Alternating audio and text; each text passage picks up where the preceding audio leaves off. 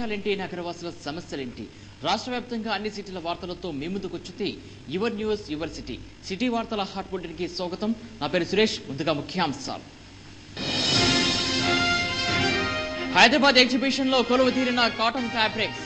చూపరులను ఆకట్టుకున్న రకరకాల కాటన్ దుస్తులు.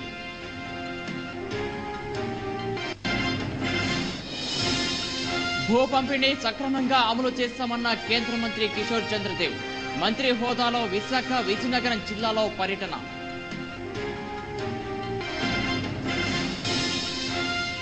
కొత్త రకం బెట్టింగ్లకు తెరలేపిన పందేల రాయుళ్లు. కడపలో వెరైటీగా నిర్వహించిన వాహనాల బెట్టింగుపై స్పెషల్ స్టోరీ.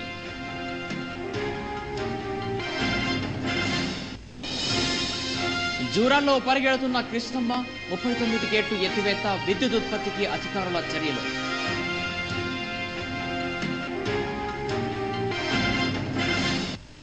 జిల్లా పరిషత్ పర్సన్ ఇన్ఛార్జీలుగా ఇవాల్టి నుంచి కలెక్టర్లు బాధ్యతలు నిర్వహించనున్నారు. జిల్లా పరిషత్తుల పదవీకాలం ముగియడంతో ప్రభుత్వం ప్రత్యేక అధికారుల చేత పాలన చేయబోతోంది. ఆ మేరకు నిన్న ఉత్తర్వులు జారీ చేసింది. ఇదిలా ఉంటే అటు పంచాయతీరాజ్ శాఖలో బదిలీలు ప్రారంభమయ్యే అవకాశం కనబడుతోంది.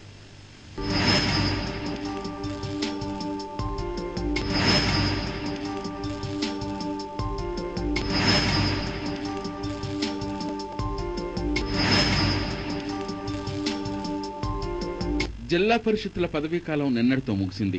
దీంతో రాష్ట్రంలోని అన్ని జిల్లా పరిషత్తులకు ప్రత్యేక అధికారులుగా కలెక్టర్లను నియమిస్తూ ప్రభుత్వం ఉత్తర్వులు జారీ చేసింది. ఇవాళ్టి నుంచి 6 నెలల పాటు లేదా ఎన్నిక జరిగే వరకు కలెక్టర్లు ఆయా జిల్లా పరిషత్తుల బాధ్యతలు నిర్వహించనున్నారు. మండల పరిషత్ ఇన్ఛార్జీల పదవీకాలం ముగియడంతో శుక్రవారమే ఆ బాధ్యతలు అధికారులకు అప్పగించారు. ఇక పంచాయతీల కాలపరిమితి వచ్చే నెల 21న ముగియనుంది. వచ్చే నెలలోనే గ్రామ పంచాయతీలకు కూడా ప్రత్యేక అధికారులను నియమించనున్నారు.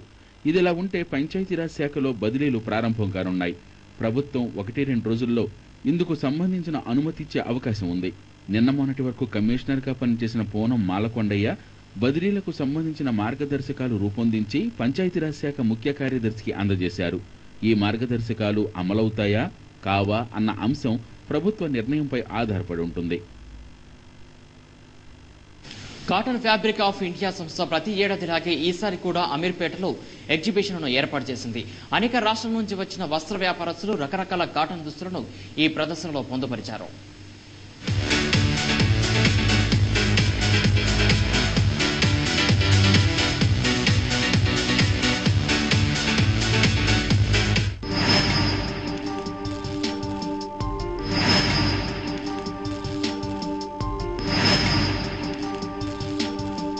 కాటన్ లో కూడా అనేక రకాల వెరైటీలు మన ముందుకొస్తున్నాయి. కాటన్ ఫ్యాబ్రిక్ ఆఫ్ ఇండియా ఏర్పరిచిన ప్రదర్శనలో అనేక రాష్ట్రాలలో తయారు చేసిన కాటన్ వస్త్రాలను ప్రవేశపెట్టింది. గుజరాత్, ఢిల్లీ, మహారాష్ట్ర ఒకటేమిటి భారతదేశంలోని అన్ని రాష్ట్రాలలో తయారు చేసిన హ్యాండ్లూమ్స్ ని ప్రదర్శనలో పొందుపరిచారు. ఇది అయితే కొల్లాపూరి సారీస్ అనమాట. మహారాష్ట్ర సారీస్ అక్కడ నుంచి తీసుకొచ్చి మేము అమ్ముతామంటాం అనమాట. ప్రతి ఎగ్జిబిషన్కి వచ్చి ప్రతి రాష్ట్రానికి ఒక ఐటెం వచ్చి ఉంటుంది అనమాట. బీహార్దని, వారణాసిదని, ఉత్తరప్రదేశ్ అని, లక్నో అని. అంటే ఈ ఎగ్జిబిషన్ అంటే మన ఇక్కడ దొరకలేని అన్ని ప్రతి రాష్ట్రంలో తీసుకొచ్చి ఇక్కడ పెట్టి అమ్ముతారనమాట. అదనమాట. సేల్ కూడా బాగానే ఉంటుంది. సేల్ కూడా బాగానే అవుతుంది. ప్లస్ రన్నింగ్ బాగా ఎక్కువ ఉంటుంది అనమాట. ఇది బాగా ఉంటుంది ఐటమ్. ఇది చిన్న పిల్లల దగ్గర నుంచి పెద్దవారి వరకు పంజాబీ శారీస్, మిడీస్, టాప్స్ లను ఈ ప్రదర్శనలో ఉంచారు. 10 రోజుల పాటు జరిగే ఈ ప్రదర్శన హైదరాబాద్ ప్రజలను విశేషంగా ఆకట్టుకుంటోంది.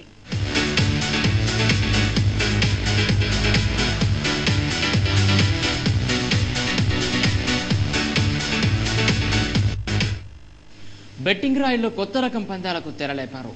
వాహనాలపై బెట్టింగులు కాస్తూ లక్షలు దండుకుంటున్నారు.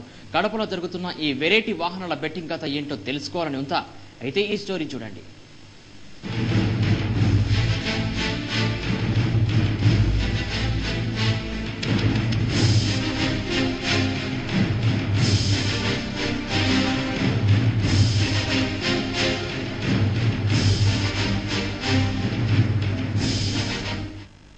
ఇక్కడ కనిపిస్తున్న వీరంతా బెట్టింగ్ రాయుళ్లు.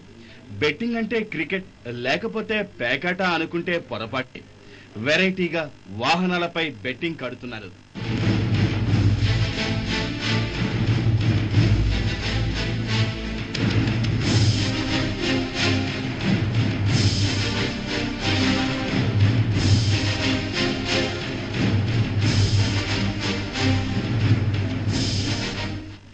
ఉదయం 9 గంటలకు బెట్టింగ్ రాయుళ్లంతా కడప తిరుపతి రహదారిపై చేరుకుంటారు. మంచి అనువైన ప్లేస్ చూసుకుని ముక్కాం వేస్తారు. ఇక బెట్టింగ్ మొదలు పెడతారు. మొదట పందెం కాసే వ్యక్తి దూరంగా వస్తున్న వాహనంపై నెంబర్ ప్లేట్లోని 4 అంకెలలో ఒక అంకె చెప్పి దానిపై పందెం కాస్తాడు. అతను చెప్పిన అంకె వచ్చిన వాహనంలోని నెంబర్ ప్లేట్లో ఉంటే పందెం గెలిచినట్లు. నెంబర్ లేకపోతే నిర్వాహకుడికి డబ్బంతా వెళ్తుంది. ఎక్కడ దూరంగా వచ్చే వాహనాల నెంబర్లు ముందే లీక్ అవుతాయేమోనని బెట్టింగ్ జరిగినంతసేపు సెల్ ఫోన్లు వాడకూడదని నిషేధం విధించారు. ఈ తతంగం గత 3 నెలలుగా సాగుతోంది. కొత్త రకం పందాలు ఎంచుకుంటున్న బెట్టింగ్ రాయిళ్ల తాట వలుస్తామంటున్నారు కడప పోలీసులు. కాపురాలను కూల్చే ఈ మాయదారి బెట్టింగ్ల పట్ల పోలీసులు కఠినంగా వ్యవహరించాలని నగరవాసులు కోరుతున్నారు.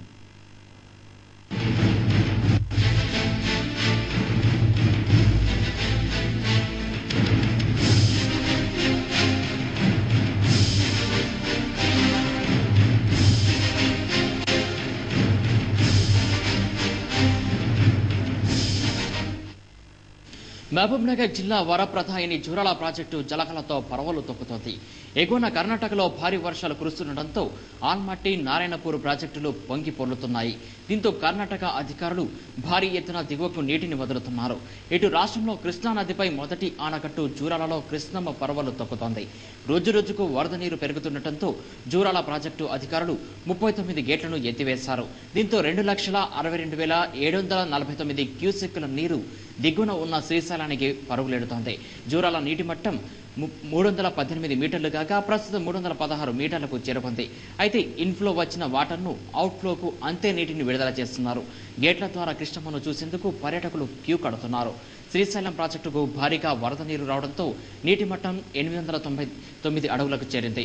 మరోవైపు ప్రాజెక్టులో నీటి సామర్థ్యం పెరుగుతుండటంతో హైడల్ ప్రాజెక్టు 4 యూనిట్ల ద్వారా 160 మెగావాట్ల విద్యుత్ ఉత్పత్తికి అధికారులు శ్రీకారం చుట్టారు.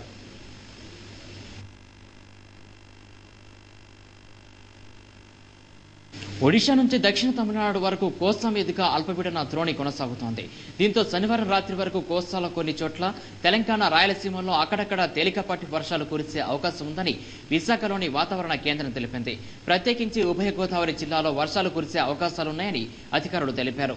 సముద్రంలోకి వెళ్లే జాలర్లు అప్రమత్తంగా ఉండాలని సూచించారు.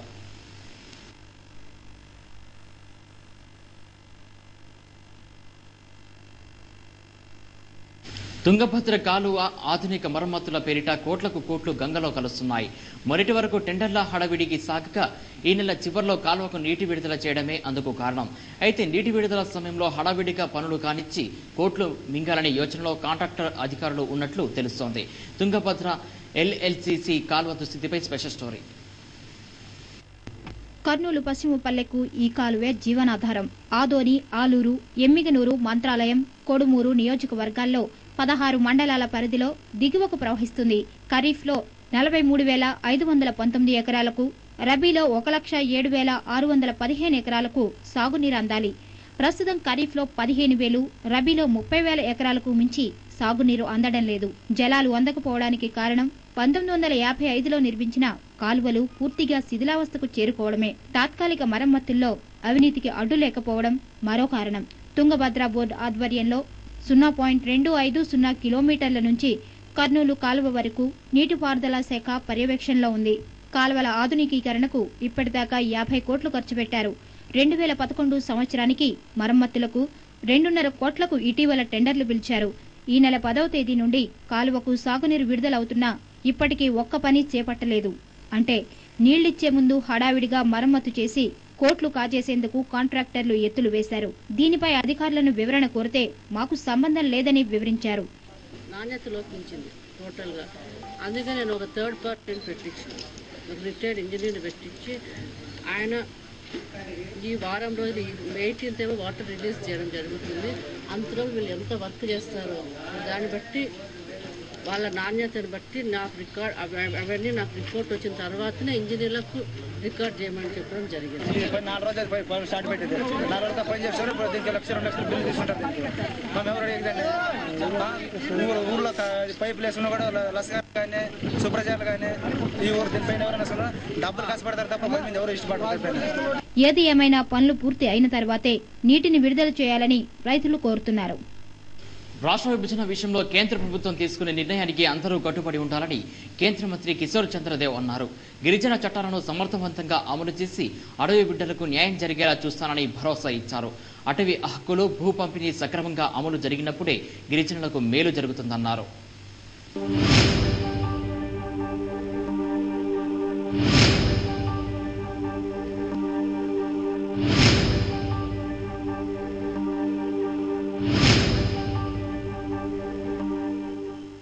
కేంద్ర గిరిజన పంచాయతీరాజ్ శాఖ మంత్రి కిషోర్ చంద్రదేవ్ విశాఖ విజయనగరం జిల్లాలో పర్యటించారు. మంత్రి పదవి చేపట్టిన తర్వాత మొదటిసారిగా వచ్చిన చంద్రదేవ్ కు ఉత్తరాంధ్ర ప్రజలు ఘన స్వాగతం పలికారు. ఏజెన్సీ ప్రాంతాల్లో మైనింగ్ ను నిలిపివేయడం వల్ల గిరిజనులకు ప్రయోజనం ఉండదన్నారు. విశాఖ విమానాశ్రయంలో కేంద్ర మంత్రికి కాంగ్రెస్ పార్టీ శ్రేణులు ఘన స్వాగతం పలికారు. గిరిజనుల సంక్షేమం కోసం కేంద్రం నుండి మరిన్ని నిధులు వచ్చేలా కృషి చేస్తానన్నారు కిషోర్ చంద్రదేవ్. ట్రైబల్ అఫైర్కి సంబంధించి అడవి హక్కుల చట్టం ప్రకారం మొట్టమొదట వాళ్ళ యొక్క హక్కులు స్థిరపరిచి పట్టాలు ఇవ్వడం అనేది మన ముఖ్య కార్యక్రమం. ఈ రెండు కార్యక్రమాలు ఈ రెండు మినిస్ట్రీల నుంచి ముఖ్య వాళ్ళ అభివృద్ధి కార్యక్రమాలు అనేక కార్యక్రమాలు ఉన్నాయి. దానికి ప్రత్యేక ప్రణాళికలు ఇప్పుడు ఉన్నాయి మన కేంద్ర ప్రభుత్వానికి సంబంధించి. నేను ఇంతవరకు తిరిగిన ప్రాంతాలు కేంద్ర ప్రభుత్వం ఇచ్చిన నిధులు సరిగా సద్వినియోగం జరుగుతుందా లేదా, ఇంకేదైనా అవసరం ఉందా చూసుకున్న తర్వాత అక్కడి నుంచి పూర్తి సహకారం చేస్తారు. విజయనగరంలో కేంద్ర మంత్రి కిషోర్ చంద్రదేవ్ రాజీవ్ గాంధీ విగ్రహానికి పూలమాలలు వేసి నివాళులర్పించారు. కిషోర్ చంద్రదేవ్ కు పీసీసీ చీఫ్ బొత్స పార్టీ శ్రేణులు ఘన స్వాగతం పలికారు. అరకులోయ విజయనగరంలోని గిరిజన ప్రాంతాల అభివృద్ధికి శాయశక్తులా కృషి చేస్తానని భరోసా ఇచ్చారు. గిరిజన హక్కులను కాపాడేందుకు వెనకాడబోమన్నారు. తాను గిరిజనుడు కాదన్న వివాదంపై వివరణ కోరగా కోర్టులో కేసు ఉన్నందున దాని గురించి మాట్లాడబోనన్నారు. కేంద్ర మంత్రి పదవి చేపట్టిన తరువాత మొదటిసారిగా తమ ప్రాంతానికి రావడంతో కాంగ్రెస్ పార్టీ నేతలు ఆయన్ను ఆకట్టుకునేందుకు పోటీ పడ్డారు. కోనసీమలో క్రాప్ హాలిడే రైతుల మధ్య విభేదాలు పొడసూపాయి. పంట చేస్తున్న రైతులు నారుమళ్ల ధ్వంసం కావడం వెనుక ఉద్యమ నాయకులు హస్తమున్నట్లు అనుమానంతో కేసులు నమోదు చేస్తున్నారు. దీంతో సోదర రైతుల మధ్య అగాధం పెరిగి ఆందోళనకు దారితీస్తున్న వైనంపై ప్రత్యేక కథనం. కోనసీమలో రైతులు క్రాప్ హాలిడే ప్రకటించిన సంగతి తెలిసిందే. అయితే కొందరు రైతులు క్రాప్ హాలిడే ఉద్యమానికి వ్యతిరేకంగా సాగు చేసేందుకు నారుమళ్లు వేశారు. అయితే ఇటువంటి నారుమళ్లు గుర్తు తెలియని వ్యక్తులు ధ్వంసం చేస్తున్నారు. దీంతో పోలీస్ స్టేషన్లో అనుమానిత రైతులపై కేసులు నమోదవుతున్నాయి. ఉపులగుప్తం మండలం బామపల్లి గ్రామంలో ఒక రైతు నారుమడిని గుర్తు తెలియని వ్యక్తులు ధ్వంసం చేశారు. దీంతో పోలీస్ స్టేషన్లో 14 మంది రైతులపై కేసు నమోదు చేశారు. మండలంలో బొట్టుపాలెం గ్రామంలో ఉర్రెంకుల సత్యనారాయణ అనే రైతు నారుమడి వేసుకుంటే ఒక 5 days బ్యాక్ రైతులు క్రాప్ హాలిడే ప్రకటించిన రైతులంతా కలిసి ఆ నారుమడిని అనేది ధ్వంసం చేశారని అతను కంప్లైంట్ ఇవ్వడం జరిగింది పోలీస్ స్టేషన్లో. దాని మీద కేసు నమోదు చేస్తున్నాం, దర్యాప్తు చేస్తున్నాం. ఈరోజు రైతులంతా కలిసి పోలీస్ స్టేషన్కి వచ్చి మా మీద అన్యాయంగా వేశారు, అది ఇన్వెస్టిగేట్ చేసి ప్రాపర్గా చేయండి అని చెప్పన్నారు. దాని మీద రైతులను కూడా ఒకటి రిక్వెస్ట్ చేయడం జరిగింది. మేడం, మీరంతా కూడా క్రాప్ హాలిడే అనేది స్వచ్ఛందంగా రైతులు క్రాప్ హాలిడే ప్రకటించుకోవటం అంతే తప్పితే పక్క రైతు ఎవరో మీరు నారుమడి వేసుకుంటే అది ధ్వంసం చేయడం అనేది కరెక్ట్ కాదు. ఈ పరిణామంతో రైతులు పోలీస్ స్టేషన్ వద్ద కేసులు నమోదు చేయడాన్ని వ్యతిరేకిస్తూ ఆందోళన చేశారు. ఇప్పుడు ఒక షార్ట్ బ్రేక్ తీసుకుందాం. జెమినీ న్యూస్ జనం మదిని గెలుచుకున్న ఏకైక ఛానల్. పార్టీ ఏదైనా పక్షపాతం లేని వార్తా ప్రసారం, పాలిటిక్స్, రాష్ట్రంలోని ప్రతి ప్రాంతాన్ని అక్కడి వార్తలని ప్రజల ముందుంచే ఏపీ రౌండప్, వార్తలపై నిశిత విశ్లేషణ, హాట్ టాపిక్. ఈ రోజున ప్రధానమంత్రి ఆ విధమైనటువంటి స్టేట్మెంట్ ఇవ్వడానికి, ఎంపీలందరూ కూడా అది సరైనటువంటి మాట అనడానికి వెనకాల మర్మం ఏదైనా ఉంటుందని మీరు అనుకుంటున్నారు?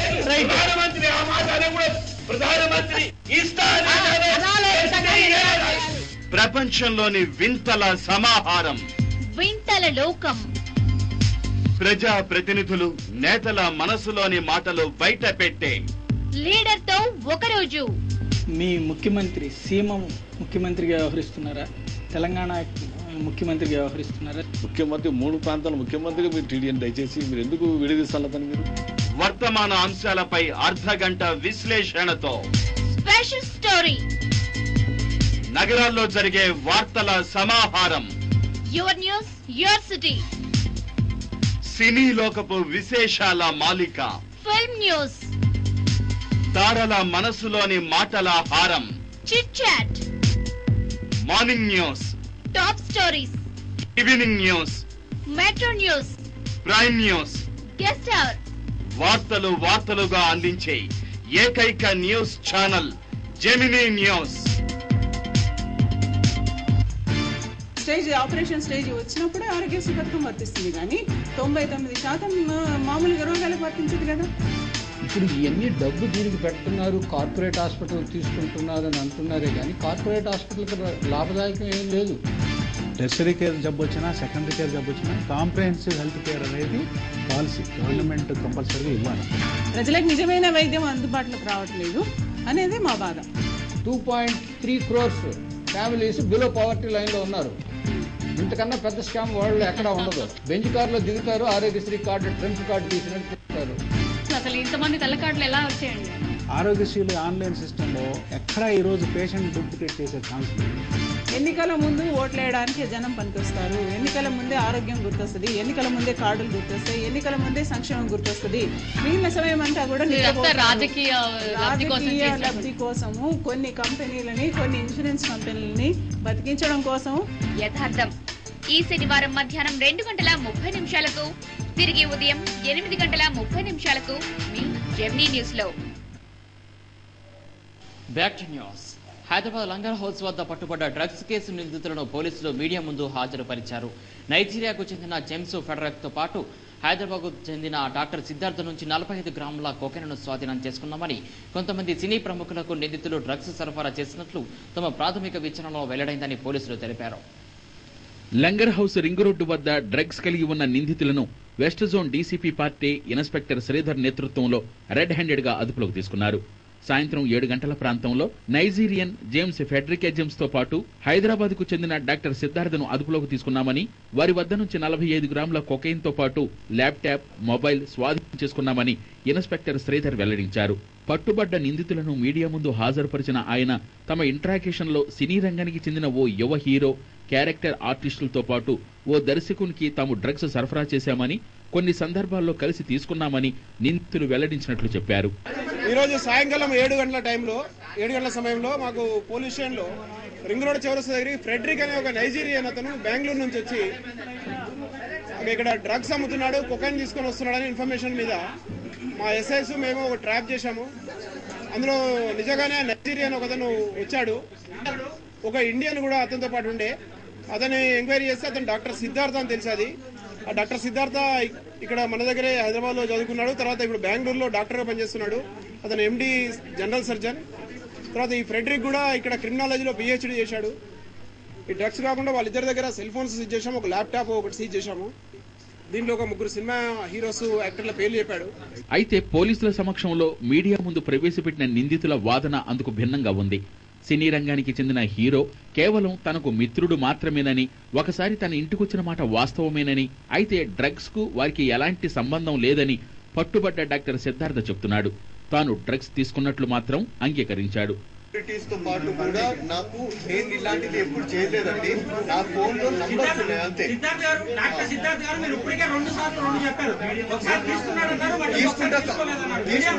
తీసుకుంటా చెప్పలేదండి. నా ఫోన్ లో అతని నంబర్ ఉంది, అతను నా ఫ్రెండ్, నాకు తెలిసి కాదు పోకర్ ఆడుతూ నాకు మీరు స్పెండ్ టైం అన్నాను. అంతా నేను తీసుకున్నాను.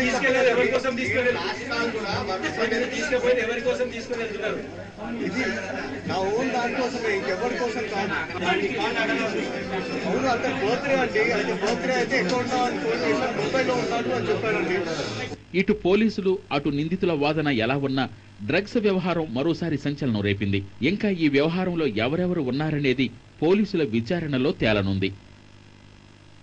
తూర్పుగోదావరి జిల్లాలో మౌర్య చక్రవర్తి నిర్మించిన చెదలాడ చిన్న తిరుపతి ఆలయ శిల్ప సభ్యత శిథిలావస్థకు చేరి కనుమరుగయ్యే ప్రమాదం ఏర్పడింది. 1250 ఏళ్ల నాటి ఈ ఆలయాన్ని ఛత్రపతి శివాజీ, ఝాన్సీ లక్ష్మీబాయి, విక్టోరియా మహారాణి సందర్శించినట్లు ఇక్కడి శాసనాలు చెబుతున్నాయి. తూర్పుగోదావరి జిల్లా పెద్దాపురం మండలం చెదలాడ గ్రామంలోని శృంగార వల్లభస్వామి ఆలయం చిన్న తిరుపతిగా ప్రసిద్ధి. కళ్లు చెదిరే శిల్ప సంపద ఉన్న ఈ ఆలయాన్ని మౌర్య చక్రవర్తులు 1250 ఏళ్ల క్రితం నిర్మించారని శాసనాలు చెబుతున్నాయి. ఇక్కడి ధ్వజస్తంభం, మండపం ఎంతో ఆకర్షణీయంగా కనిపిస్తాయి. ఆలయంలోని బావిలో స్నానమాచరిస్తే సంతానం కలుగుతుందని ప్రసిద్ధి. ఇక్కడి పురాతన శాసనాలు ఆలయానికి ఉన్న ప్రాశస్త్యాన్ని చాటుతున్నాయి. కాగా శృంగార వల్లభస్వామి ఆలయాన్ని దేవాదాయ పురావస్తు శాఖల అధికారులు పట్టించుకోకుండా నిర్లక్ష్యం చేయడం వల్ల నిర్వహణ భారంగా మారుతోంది. శృంగార వల్లభస్వామి ఆలయాన్ని ఛత్రపతి శివాజీ, ఝాన్సీ లక్ష్మీబాయి, విక్టోరియా మహారాణి సందర్శించినట్లు ఇక్కడి శాసనాలు చెబుతున్నాయి. అనుమానం అతని సాడిస్టులా మార్చింది. పెళ్లై 7 ఏళ్లు గడుస్తున్నా ప్రతిరోజు భార్యను అనుమానపు మాటలతో మానసికంగా వేధించాడు. భర్త చేష్టలకు విసుగు చెందిన భార్య పుట్టింటికి వచ్చి తన 2 పిల్లలను పోషించుకుని జీవనం కొనసాగిస్తుంది. మారినట్లు నటించి పొలం పనికి వెళ్దామని తీసుకెళ్లిన భర్త కత్తితో భార్యపై దాడి చేశాడు. చెట్టుకు కట్టేసి చిత్రహింసలకు గురిచేసి గొడ్డలితో గాయపరిచాడు. గుంటూరు జిల్లాలో జరిగిన ఈ ఘోరంపై ఓ రిపోర్ట్. గుంటూరు జిల్లా నాదెండ్లకు చెందిన కొరివి మరియమ్మ, నగేష్లకు 20 ఏళ్ల క్రితం వివాహం జరిగింది. వీళ్లకి 2 పిల్లలు. అయితే పెళ్లైన కొన్నేళ్లు సజావుగా సాగిన వీరి కాపురంలో చిచ్చురేగింది. వ్యసనాలకు బానిసైన నాగేష్ భార్యను వేధించడం మొదలెట్టాడు. చీటికి మాటికి అనుమానపు మాటలతో మానసికంగా హింసిస్తుండటంతో అతని హింసను తట్టుకోలేక పుట్టింటికి వెళ్లింది మరియమ్మ. కొన్నాళ్ల తరువాత తాను మంచిగా మారానని మరియమ్మ వద్దకు వచ్చిన నాగేష్ భార్యను పొలం వెళదామని తీసుకెళ్లాడు. అక్కడ కూడా భార్యతో గొడవ పెట్టుకున్నాడు. కర్రతో కొట్టి గొడ్డలితో మెడపై గాయపరిచాడు. పెళ్లైన కొన్నేళ్ల నుంచి మరియమ్మను మానసికంగా వేధిస్తున్నాడని బాధితురాలి అక్క అంటోంది. వస్తుంటే ఇక వాడు పోరుకు తట్టుకోలేక వచ్చి మా అమ్మ ఉందలే ముసలాం ఆమెను కాసుకొని ఇంట్లో ఉంటుంది. వంటంటే వాడు కూడా వచ్చాడు. వచ్చి 2 నెలల నుంచి ఉంటున్నాడు. మంచి తానకు ఉంటున్నాడని నమ్మి ఉంది.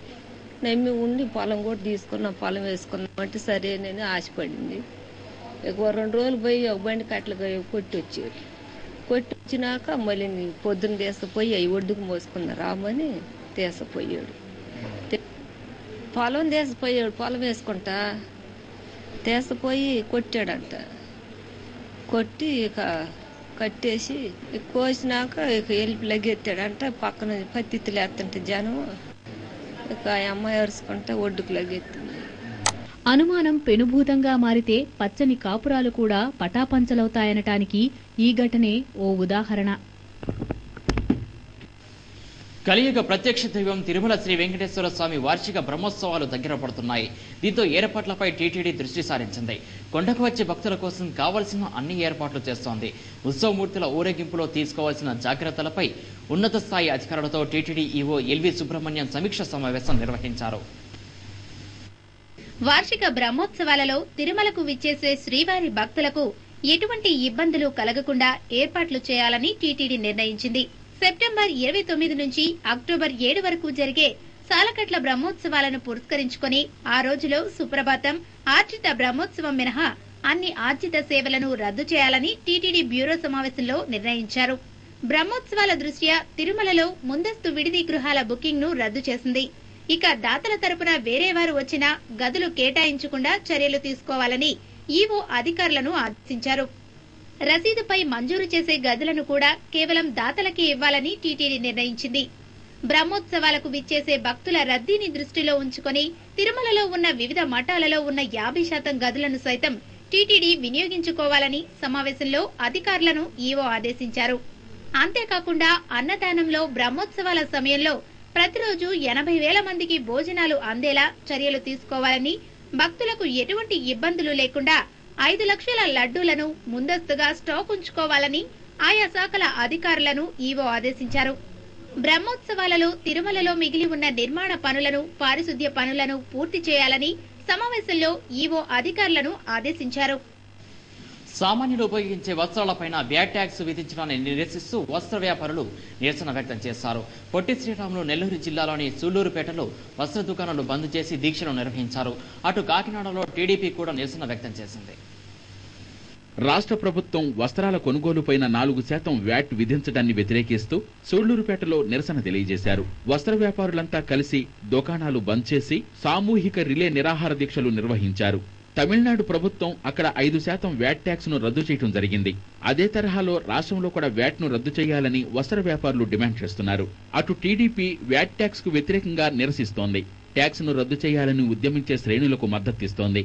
ప్రభుత్వం వ్యాట్ ట్యాక్స్ ను విధించి ప్రజలపై భారం మోపిందని, తక్షణం ఉపసంహరించుకోవాలని తెలుగుదేశం పార్టీ పాలిట్ బ్యూరో సభ్యుడు యనమల రామకృష్ణుడు డిమాండ్ చేశారు. లేనటువంటి 4% వ్యాట్ ఇప్పుడు ఈ ప్రభుత్వం వచ్చిన తర్వాత ఆదాయాన్ని కూడగట్టుకోవాలనేటువంటి ఉద్దేశంతో వేసినటువంటి ఈ యొక్క 4% వ్యాట్ ని తెలుగుదేశం పార్టీ తీవ్రంగా ఖండిస్తూ ఉన్నాం, వ్యతిరేకిస్తూ ఉన్నాం. వెంటనే ఉపసంహరించుకోవాలనేది కూడా డిమాండ్ కూడా చేస్తూ ఉన్నాం. పాటు కూడా షుగర్ మీద కూడా వ్యాట్ వేశారు. ఈ రెండు కూడా ప్రజల మీద భారం వేసేటువంటి విధానమే కనిపిస్తుంది తప్ప ఈ ప్రభుత్వం భారం తగ్గించేటువంటి కార్యక్రమం చేయడం లేదు. తగ్గించకపోగా అధికంగా భారం వేయడం, పూర్తిగా ఈ ప్రభుత్వం ఉన్నది రెవెన్యూ సంపాదించుకోవడానికి, ఆదాయం సంపాదించుకోవడానికే కనపడుతుంది. ఒకవైపు ఆదాయాన్ని పెంచుకోవడానికి చేసేటువంటి ప్రయత్నాలు, అదే విధంగా అభివృద్ధి సంక్షేమాన్ని చేసేటువంటి ప్రయత్నాలు కనపడడం లేదు. ఇదైతే దాదాపు భారం వేస్తున్నారో అది వెంటనే వరించుకోవాలనేటువంటిది తెలుగుదేశం పార్టీ డిమాండ్ చేస్తున్నాం. ఈ సమావేశంలో యనమలతో పాటు మాజీ మంత్రి చెక్కాల రామచంద్రరావు, మాజీ ఎమ్మెల్యే వనమాడి కొండబాబు, నాయకులు పిల్లి సత్యనారాయణమూర్తి, వివై దాసు తదితరులున్నారు. రాష్ట్ర విభజన విషయంలో అమలాపురం ఎంపీ హర్షకుమార్ వైఖరి గోడ మీద పిల్లివాటంలా మారింది. సమైక్యాంధ్రకి వ్యతిరేక కాదంటూనే చిన్న రాష్ట్రాలతో అభివృద్ధి సాధ్యమంటున్నారు. ఏబీ భవన్ ఓఎస్డీ చంద్రరావుపై దాడి చేసిన హరీష్ రావును అరెస్టు చేయాలని డిమాండ్ చేశారు. ఢిల్లీలో ఏపీ భవన్ ఓఎస్డీ చంద్రరావుపై టీఆర్ఎస్ ఎమ్మెల్యే హరీష్ రావు దాడి సంఘటన నిరసిస్తూ అమలాపురంలో ఆందోళన చేశారు. అమలాపురం ఎంపీ హర్షకుమార్ ఆధ్వర్యంలో స్థానిక గడియార స్తంభ సెంటర్లో ధర్నా నిర్వహించారు. టీఆర్ఎస్ ఎమ్మెల్యే హరీష్ రావును వెంటనే అరెస్ట్ చేయాలని డిమాండ్ చేశారు. ఇతర ప్రాంతాల్లో పనిచేస్తున్న ఆంధ్ర ప్రాంత ఉద్యోగులకు రక్షణ కల్పించాలని ఎంపీ హర్షకుమార్ డిమాండ్ చేశారు. అటువంటి చంద్రరావుని చాలా అమానుషంగా మరి దేశ ప్రజలందరూ కూడా విస్తుపోయేలాగా నిన్న దాడి జరగడాన్ని తీవ్రంగా ఖండిస్తున్నాం. ఇది మంచి ధోరణి కాదు. ప్రభుత్వం ఏది చేస్తే ఏది చెప్తే అధికారులు అది చేస్తారు. ప్రభుత్వానికి మీకు దమ్ముంటే మీరు ప్రభుత్వాన్ని నిలదీయండి, ప్రభుత్వాన్ని మీరు అభిశంసించండి, మీరు ప్రభుత్వానికి సవాల్ విస్తుంటే ప్రభుత్వాన్ని కొట్టండి. అంతేగాని ప్రభుత్వ ఉద్యోగుల్ని మీరు కొట్టడానికి మీకు ఏమాత్రం అధికారం లేదు. అంటే మానవ హక్కుల మీద గౌరవం ఉన్న ప్రతి ఒక్కరు కూడా ఈ చర్యని సహించలేకపోతున్నారు. వెంటనే ఆయన అరెస్ట్ చేసి మరి సమైక్యాంధ్ర ఉద్యమకారులు ఎంపీ హర్షకుమార్ ను జై సమైక్యాంధ్ర అన్న నినాదాలు ఇవ్వాలని చుట్టుముట్టి ఆందోళన చేశారు. అయితే సమైక్యాంధ్రకి వ్యతిరేకిని కాను అంటూనే తెలంగాణకి వ్యతిరేకిని కాను అన్నారు. చిన్న రాష్ట్రాలతోనే అభివృద్ధి సాధ్యమని ఆయన అన్నారు. బులెటిన్ ముగించే ముందు ముఖ్యాంశాలు మరోసారి. హైదరాబాద్ ఎగ్జిబిషన్ లో కొలువు తీరిన కాటన్ ఫ్యాబ్రిక్స్, చూపరులను ఆకట్టుకున్న రకరకాల కాటన్ దుస్తులు.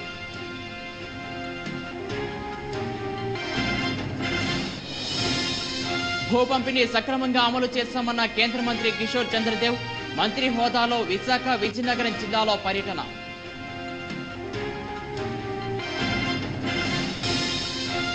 కొత్త రకం బెట్టింగ్లకు తెరలేపిన పందేల రాయుళ్లు, కడపలో వెరైటీగా నిర్వహించిన వాహనాల బెట్టింగుపై స్పెషల్ స్టోరీ.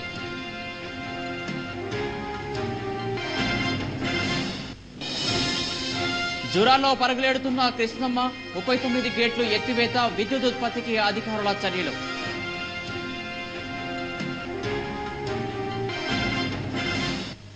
ఇవి ఈ బులెటిన్ అప్డేట్స్. మరిన్ని అప్డేట్స్ మరో బులెటిన్ మళ్ళీ కలుద్దాం. Keep watching Gemini news. నమస్కారం.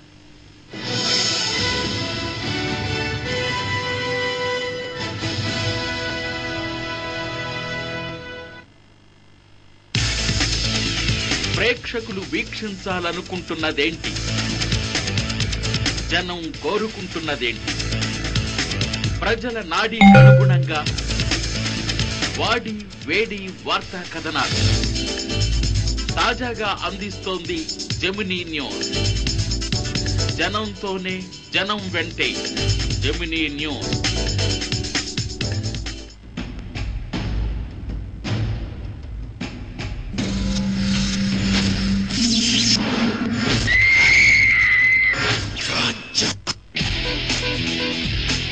మీ చుట్టూ జరిగే వింతలు విశేషాలు, ప్రపంచాన్ని చుట్టేసే ప్రధాన కథనాలు, హాట్ పకోడీ లాంటి వెరీ వెరీ స్పెషల్ స్టోరీస్ మీ జెమినీ న్యూస్ లో ప్రతి